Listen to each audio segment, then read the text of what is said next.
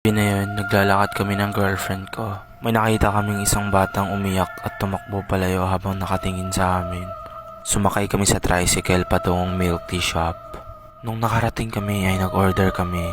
Wala talaga akong alam ba't ang sama ng tingin nila sa amin. Habang nag-enjoy kami ng girlfriend ko. Dito sa amin nakatingin yung mga tao. Nag-text sa akin yung nanay ko. Sabi niya sana daw ako gabing-gabi na. Nag-text naman ako, sabi ko pauwi na ako ma.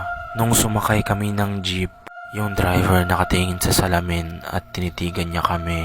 Sabi ng driver, mag-ingat daw ako. Tinanong ko siya bakit. Sabi niya, basta mag-ingat ka lang. Sabi ko, kuya naman tinatakot mo kami ng GF ko.